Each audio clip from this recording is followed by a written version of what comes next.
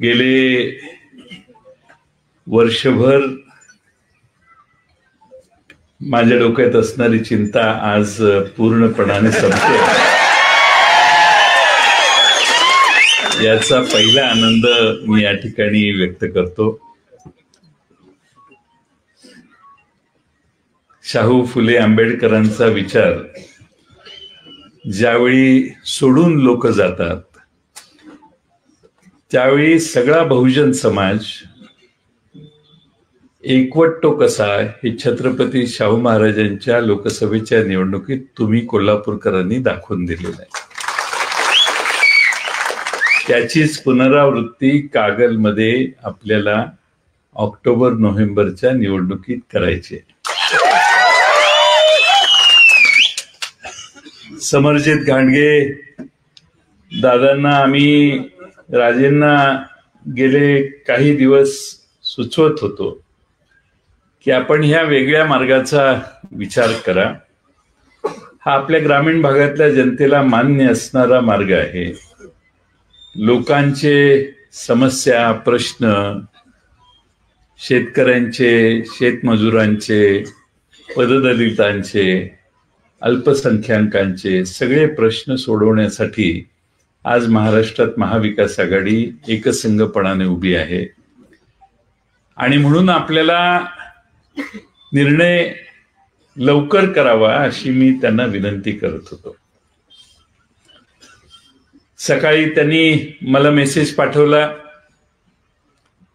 की तुम्हीच या आणि माझ्या सहकाऱ्यांशी तुम्ही बोललात तर जास्त बरं होईल. उद्या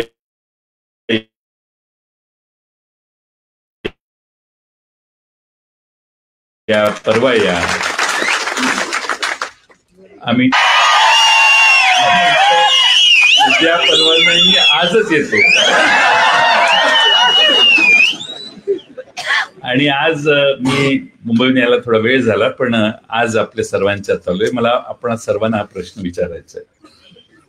मी विचारायला आलोय की आम्ही सगळे शरद पवार साहेबांच्या नेतृत्वाखाली अनेक वर्ष काम करतो.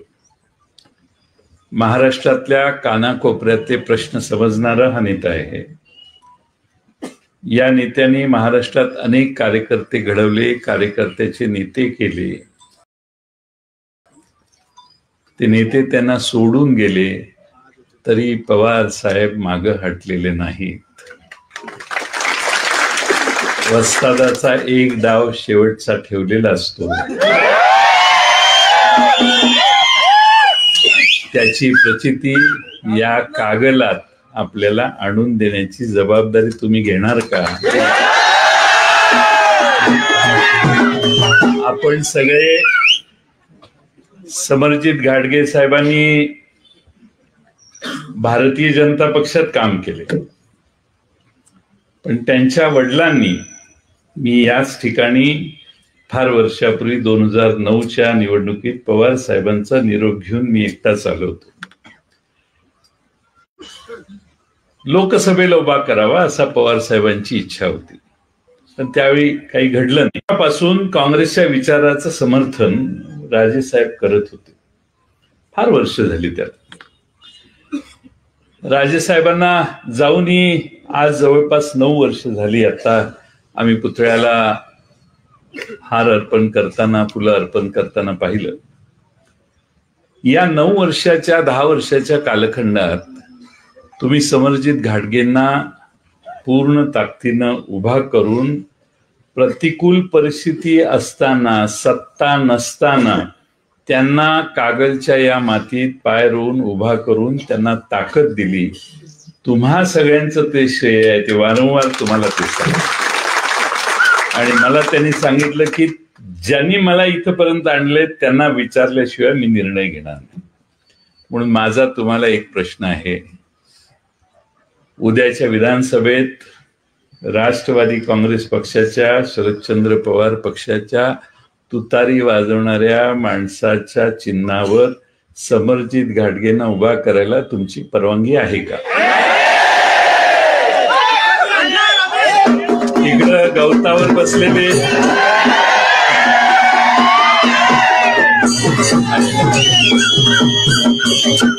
महाविकास आघाडीच्या नियमाप्रमाणे तिकीट जाहीर करायची नाहीत असं ठरलेलं असल्यामुळं आता पुढचं जे काय आहे ते पुढच्या सभेत बोलू.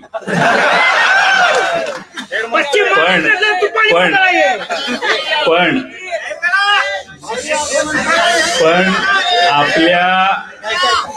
आपल्या लोकसभेमध्ये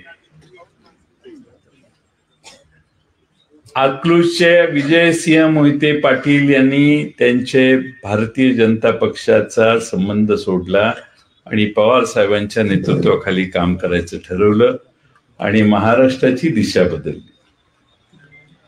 मी आत्ताच पवार साहेबांशी बोललो. पवार साहेबांनी तुमचा सगळ्यांनी आता तुतारी मान्य केली आहे, म्हणजे मी असं गृहीत धरतो की राजेंचा प्रवेश राष्ट्रवादीत आता आपण करू शकतो. आणि तो प्रवेश करण्यासाठी मी साहेबांना विचारलं की मी खाली जाऊन काय सांगू. त्यांनी सांगितलं मी स्वतः राजे समरजित घाटगेंचा प्रवेश करायला स्वतः येणार आहे.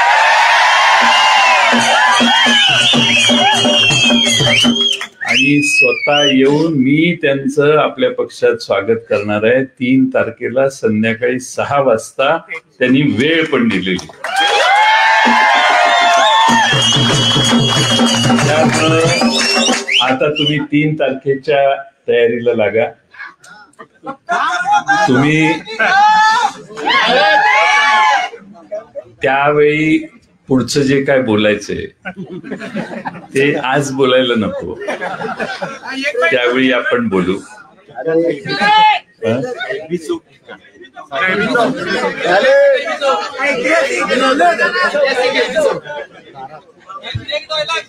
आपल्या रणजित दादांचं म्हणणं असं आहे की गैबी चौकातच सभा झाली पाहिजे.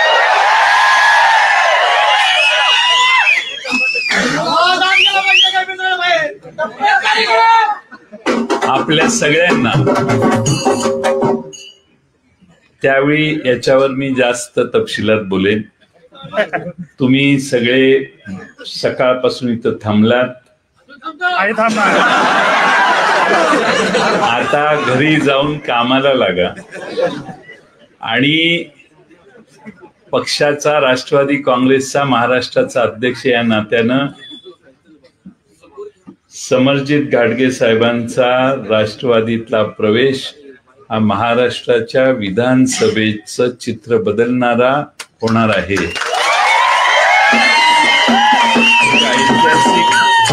हे ऐतिहासिक काम नुसत्या पश्चिम महाराष्ट्रातच नाही, शेवटी छत्रपती शाहू महाराजांची परंपरा या घराला आहे. शाहू महाराजांच्या मला आठवतं लोकसभेचा निर्णय झाला उभा राहण्याचा, तेव्हा प्रचंड मोठ्या प्रमाणामध्ये कोल्हापुरातच नाही तर सगळ्या महाराष्ट्रात चित्र बदललं. का झालं तर शाहू फुले आंबेडकरांचा विचार धोक्यात आलाय. शाहूंचा विचार वाचवला पाहिजे, टिकवला पाहिजे. मग तो आरक्षणाचा असो, समन्यायी सगळ्या धोरणांचा असो, यासाठी छत्रपती शाहू महाराजांनी निवडणुकीत उडी घेतली आणि उभे राहिले. आपल्या सगळ्यांनी त्यांना निवडून दिलं. तेच काम उद्याच्या महाराष्ट्राच्या विधानसभेमध्ये आपल्या सगळ्यांना करायचंय. आणि त्यासाठी आपल्या सगळ्यांनी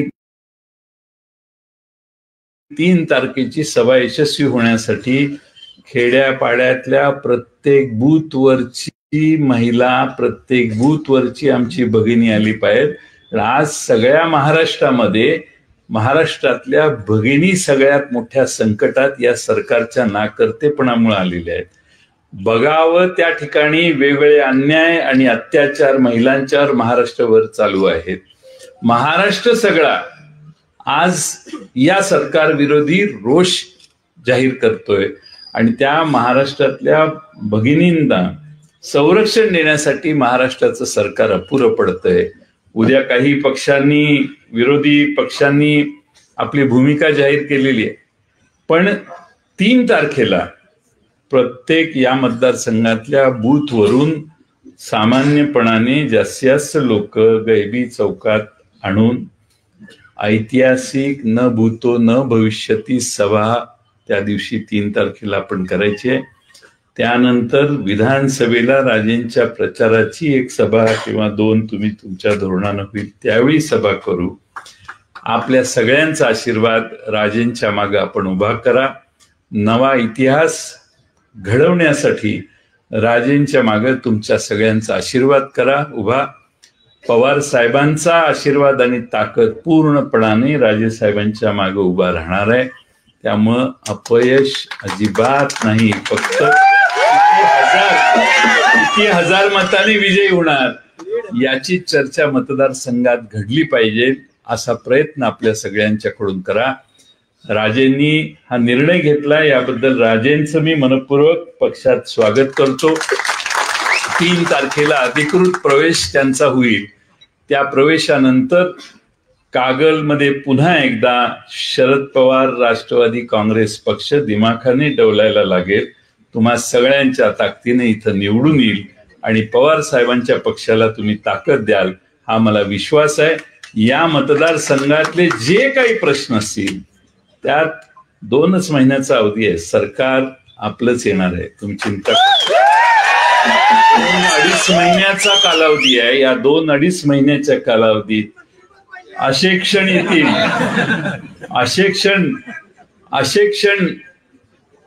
असे क्षण येतील की तुम्हाला असं वाटेल अरे काय तिकडे चाललंय.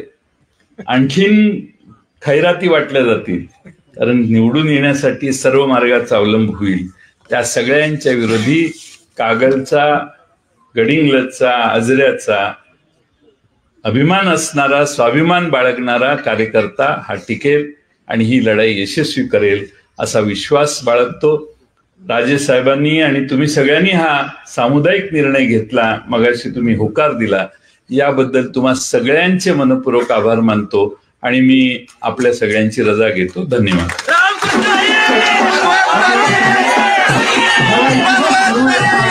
धन्यवाद.